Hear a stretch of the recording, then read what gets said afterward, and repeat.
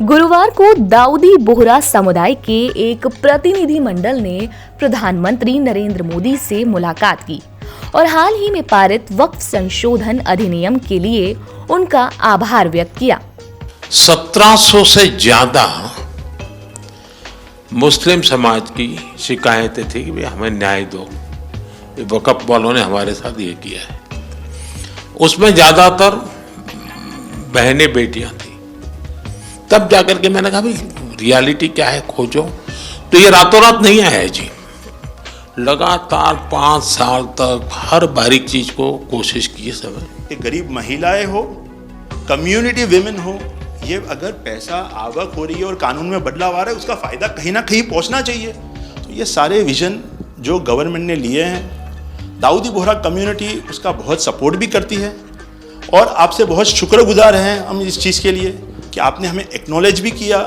हमने इसके अंदर एक्सक्लूजन मांगा है कि हमको इस वक्फ एक्ट के जुरिडिक्शन में नहीं रहना, and we want to be governed by a trust act और अ सेपरेट एक्ट। एक्चुअली वक्फ का जो स्पिरिट है, आखिर ये किस चीज के लिए, किसके लिए, उसका अगर दुनिया को उत्तम से उत्तम कोई मॉडल दे पाएगा तो सैयदना साहब दे पाएंगे। उन्होंने बताया कि ये उनके समुदाय के लंबे समय से चली आ रही एक बड़ी मांग थी। इस प्रतिनिधि मंडल में व्यवसायी, डॉक्टर, शिक्षक और अन्य प्रमुख व्यक्ति शामिल थे, जिन्होंने प्रधानमंत्री नरेंद्र मोदी के आधिकारिक आवास पर मुलाकात की। प्रधानमंत्री मोदी ने समुदाय के साथ अपने वर्षों पुराने संबंधों को याद करते हुए बताया कि इस कानून को तैयार करने में कितनी मेहनत और समय लगा। उन्होंने कहा कि वक्फ से जुड़े पुराने तंत्र के कारण आम लोग, खासकर महिलाओं और विधवा को काफी परेशानी का सामना करना पड़ा था। प्रधानमंत्री मोदी ने कहा कि इस अधिनियम के पीछे महिलाओं की पीड़ा एक प्रमुख कारण रही। उन्होंने समुदाय की सामाजिक कल्याण की परंपरा की सराहना की और इस अधिनियम को आकार देने में समुदाय के योगदान के विशेष रूप से उल्लेखित किया। वहीं हम आपको बता दें कि दाऊदी बोहरा समुदाय ने प्रधानमंत्री मोदी के सबका साथ सबका विकास सबका विश्वास के विजन को अपनी पूरी आस्था जताई। दाऊदी बोहरा एक शांति प्रिय मुस्लिम समुदाय है जो मुख्य रूप से पश्चिम भारत में बसा है, लेकिन उसके सदस्य दुनिया के 40 से भी ज्यादा देशों में फैले हुए हैं। आपसे बहुत शुक्रगुजार हैं हम इस चीज के लिए कि आपने हमें एक्नॉलेज भी किया। हमने इसके अंदर एक्सक्लूजन मांगा है कि हमको इस वक्फ एक्ट के जुरिडिक्शन में नहीं रहना, and we want to be governed by a trust act और अ सेपरेट एक्ट। जैसे मुझे साहब ने गाइड किया है कि आपने गाइड किया है, आगे का 100 साल देख के कोई भी काम करना चाहिए। हम उसी राह के ऊपर इसकी कोशिश कर रहे हैं और मैं वापिस से बहुत बहुत धन्यवाद करता हूं आपका कि आपने ये बिल और ऐसे बहुत से कठिन बिल जो आते रहते हैं, बहुत बहुत धन्यवाद। मैं एक और चीज़ शेया साहब के द्वारा ये कहता हूं कि सैयदना साहब की उम्र अल्लाह ताला तार रोज़े क़यामत दराज करे। उनकी मोहब्बत करना माननीय प्रधानमंत्री जी को अल्लाह ताला सेहत में रखे, हिफाजत में रखे, लंबी आयुष दे और हमारे देश की सेवा आप करते रहिए। 1923 से हम ये गुहार गवर्नमेंट से लगा रहे हैं कि हमें एग्जेम्पशन चाहिए। जो 51st हिज होलीनेस थे, उसके बाद 52nd सैयदना साहब और आज 53rd दाइल मुतलक सैयदना साहब वही सेम बात कर रहे हैं कि हमें एग्जेम्पशन चाहिए। 1923 में साहब जब एग्जेम्पशन मिला तो माइनॉरिटी को कंसीडर करा गया, लेकिन 100 साल बाद, जैसा गृह मंत्री जी ने उनके इंटरव्यू में पिछले सप्ताह कहा कि हमने सिर्फ माइनॉरिटी को कंसीडर नहीं किया। साहब ये जो एक्ट आया है वो प्रिवी काउंसिल क्यों लेकर आई? प्रिवी काउंसिल ने ये एक्ट इनैक्ट किया माइनॉरिटी के प्रोटेक्शन के लिए, लेकिन साहब आपने ये एक्ट इनैक्ट किया सिर्फ माइनॉरिटी के प्रोटेक्शन के लिए नहीं, बल्कि माइनॉरिटी विद इन माइनॉरिटी के लिए। तो ये उस दिशा में साहब बहुत ही बड़ा स्टेप है। It is indeed a very strong step for the way forward. Thank you very much for it sir. In India, we have always found fertile ground, a land that has welcomed our work, recognized our values, and allowed our identity to flourish. Pradhan Mantri ji, under your leadership, we distinctly feel this spirit of inclusion. The recent amendment to the Waqf legislation, in which the Dawoodi Bohra community was formally recognized for the first time in independent India's 75-year history, may have been a brief mention, but to us it was profound. It affirmed something that we have always believed: we belong to India, we belong here.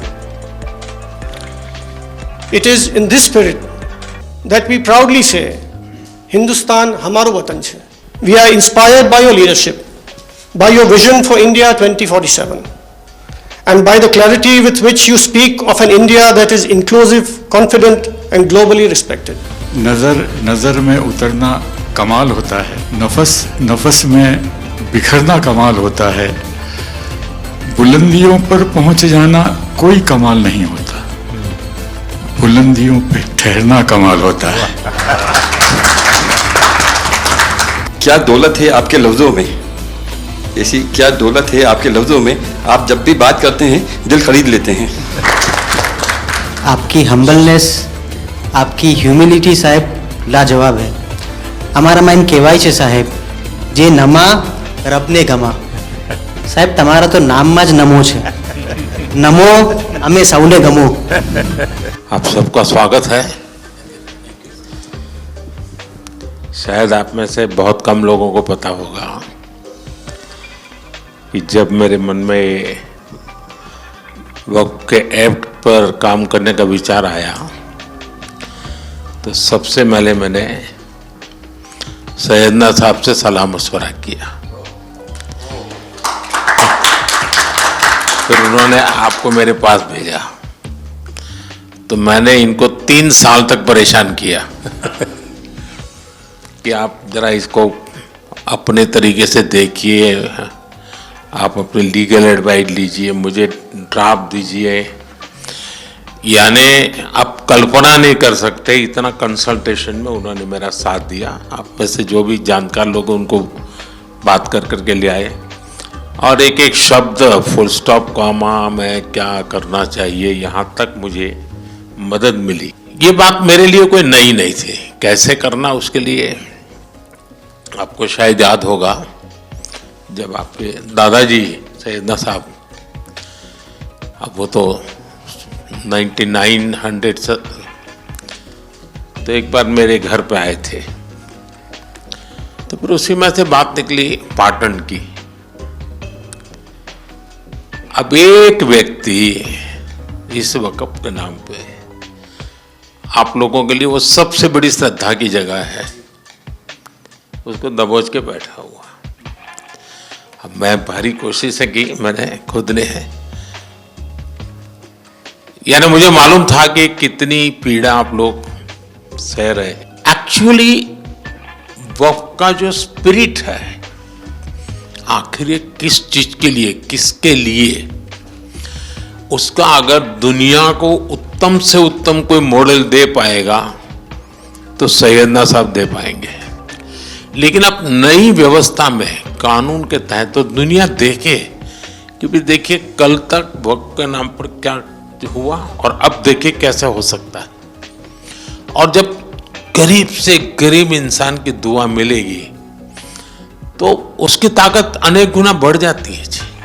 हमारा काम है ऐसे लोगों के हाथ में अधिकार देना, ऐसे लोगों के हाथ में व्यवस्था देना। तो इसके लिए हम इतनी बड़ी लड़ाई लड़ रहे हैं। वीडो जो है, महिलाएं हैं, उनके साथ बहुत नाइंसाफी हो रही है जी।